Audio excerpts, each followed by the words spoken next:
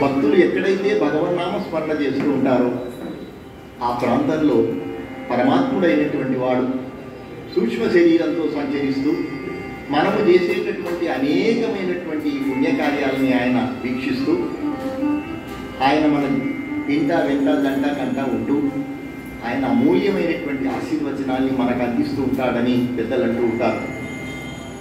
భగవంతుణ్ణి చేరుకోవడానికి ఇవన్నీ కూడాను షార్ట్ కట్స్, దగ్గరి మార్గాలు. చాలా తొందరగా మనకు భగవంతుని యొక్క అనుగ్రహం లభించేటటువంటి సులభమైనటువంటి మార్గాలు. పెద్దలు చెప్పినటువంటివి 9 ఉన్నాయి. నవవిధములైనటువంటి భక్తి మార్గాలు: శ్రవణం, కీర్తనం, స్మరణం, పాదసేవనం, అర్చనం, వందనం, దాస్యం, సఖ్యం, ఆత్మనివేదనం అని ఈ 9 మార్గాల్లో ఏదైనా మనం ఎంచుకోవచ్చు. కొంచెం నాణ్యంగా సులభంగా మనం బజార్కి వెళ్తే ఏవైనా కూరగాయలు కానీ పప్పు దినుసులు కానీ ఏం తెచ్చుకున్నా కొంచెం నాణ్యత చూసి మరీ తెచ్చుకుంటాం కదా, తొందరగా మనకు అవైలబుల్ అయ్యేటట్టుగా. అట్లాగే ఈ నవవిధములైనటువంటి మార్గాల్లో మనకు సులభమైనటువంటి మార్గం మనం చూసుకుంటే సరిపోతుంది. నాకు అనిపిస్తుంది పెద్దలు చెప్పినటువంటిది స్మరణం అంటే నిరంతరం భగవన్నామాన్ని మన నోట్లో ఉచ్చారణ చేసుకుంటూ ఉండాలి. ఇది జీవమైతే రమ్య కథామృతములోని పామరులైన హరి పాదకముల పారలోని రామ సుగ్రీవమైతే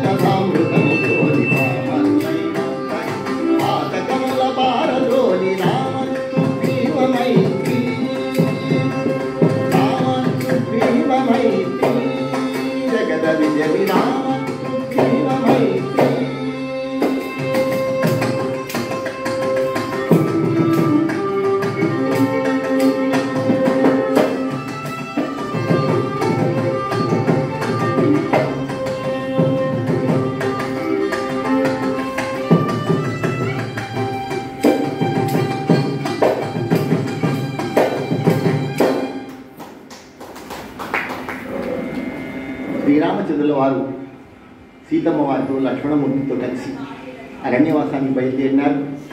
కైక కోరినటువంటి వరముల వల్ల విధి లేని పరిస్థితుల్లో దశరథుడు కూడా ఒప్పుకోవాల్సి వచ్చింది.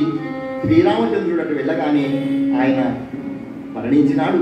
ఈ వార్త తెలిసి భరతుడు మేనమామ ఇంటి నుంచి వచ్చినటువంటి తాతగారి ఊరి నుంచి వచ్చినటువంటి భరతుడు కైకను మందలించి, రాజు కాదగినటువంటి వాడు శ్రీరామచంద్రుడు నేనా, పదండి, అన్నయ్య గారు ఎక్కడున్నారో, వదినం ఎక్కడుందో పోయి తీసుకొస్తాం పాండి అని పరివారాన్ని అంతా వెంబడి పెట్టుకొని కౌసల్య, సుమిత్ర, కైక ఈ తల్లులను కూడా వెంట తీసుకొని రథాలను సిద్ధం చేసుకొని పరివారాన్ని వెంట తీసుకొని అరణ్యాలను బట్టి పోతూ ఎక్కడెక్కడ శ్రీరామచంద్రుల వారు ప్రజల్ని కలిసినారో, గిరిజనులను కలిసినారో, ఎవరెవరికి కూడాను ఆయన యొక్క సహచర్యాన్ని ప్రసాదించినారో వాళ్ళందరినీ కలుస్తూ విచారిస్తూ ఆ మార్గాన్ని బట్టి పోతూ పోతూ పోతూ శ్రీరామచంద్రుల వారు ఉండేటటువంటి ఆ యొక్క స్థలానికి చేరుకున్నాడండి.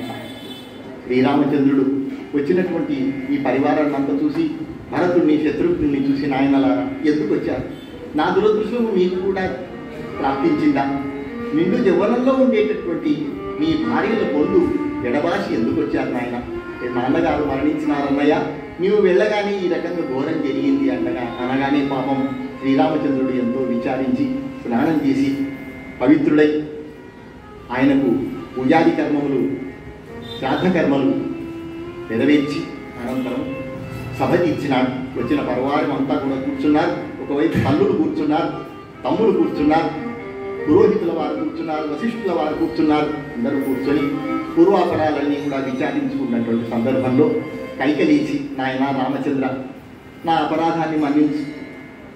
మందర కొండెములు విని చేయరాని మహాపరాధం చేశాను, పతిని కోల్పోయినా నిన్ను అరణ్యాల పాలు చేశాను నాయన అని వాపోవడం మొదలుపెట్టింది కైక. నన్ను మన్నింపుమా నా మొరాలింపుమా తండ్రి రామ, నన్ను మన్నింపుమా నా మొరాలింపుమా కన్న తండ్రి రామ కారుణ్య రామ, నన్ను మన్నింపుమా నా మొరాలింపుమా.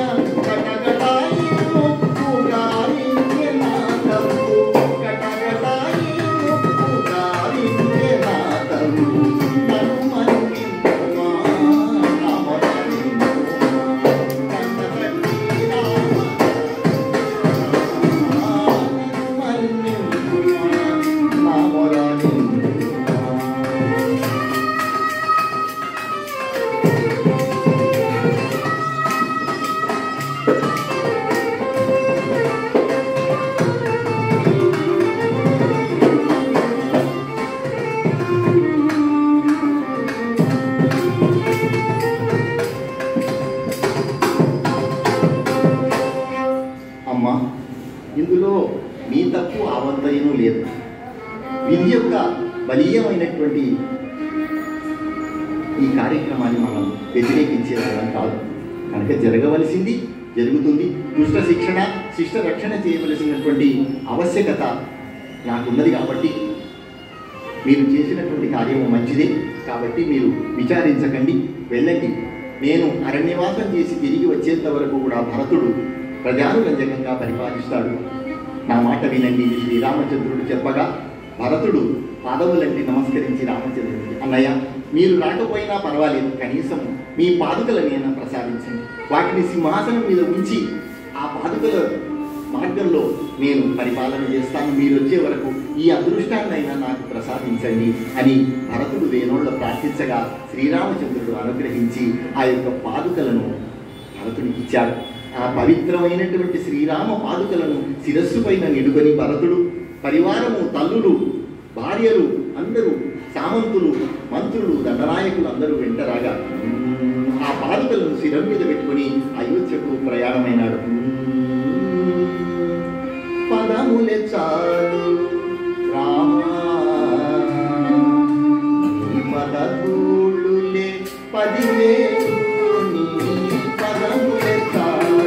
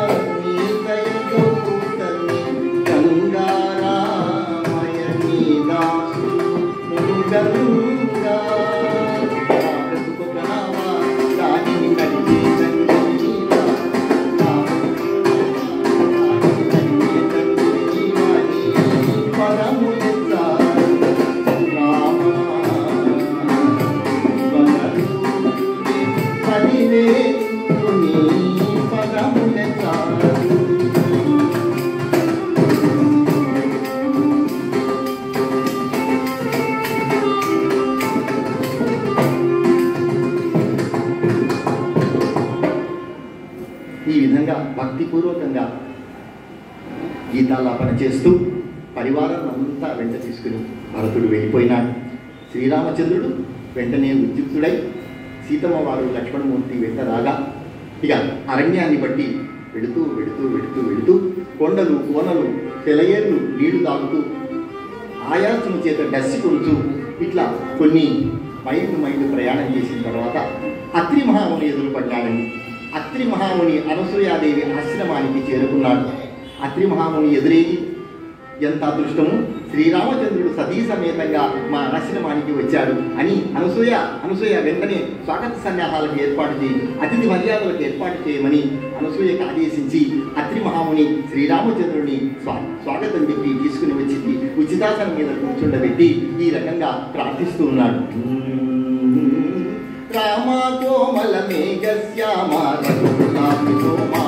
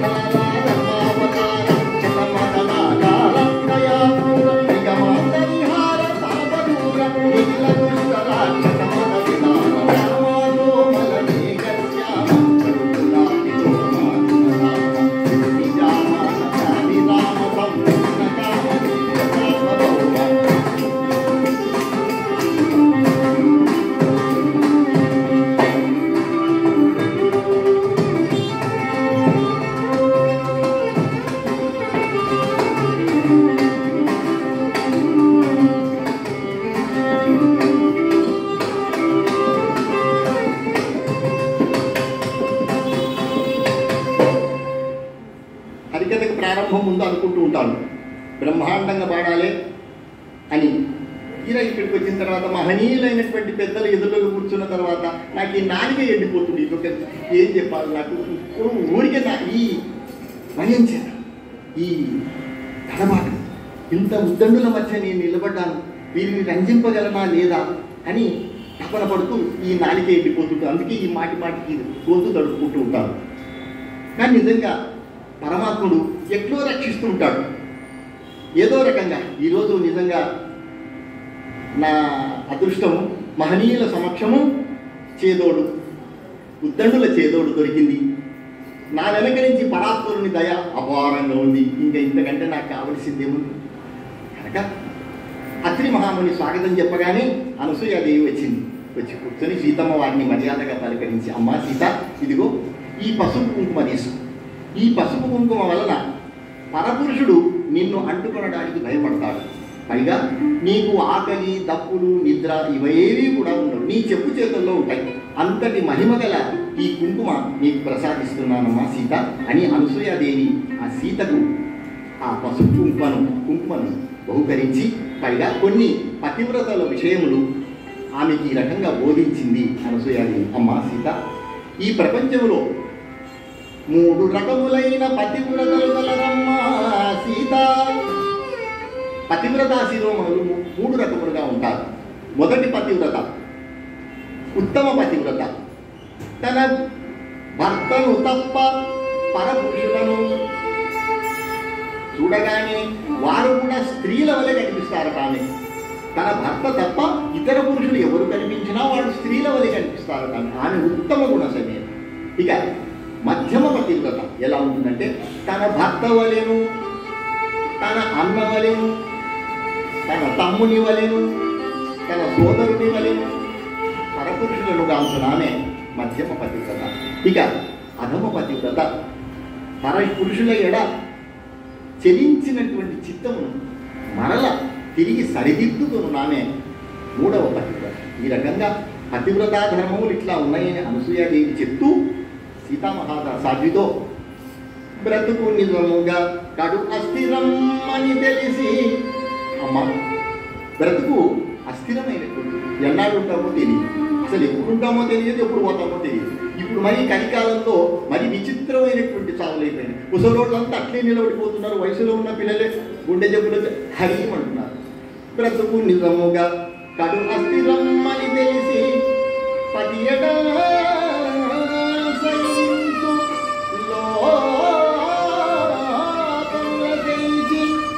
కన్నవారికి అత్తింటికి వన్నె తెచ్చి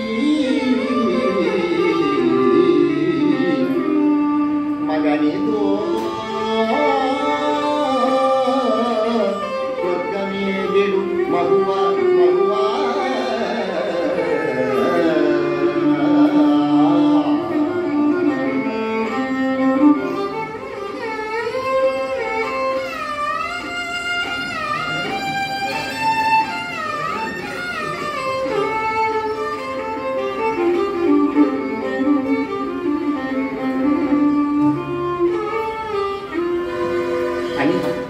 పతివ్రత ఈ యొక్క ధర్మాలన్నీ కూడా అనసూయాదేవితో విన్నటువంటిది సీతమ్మవారు.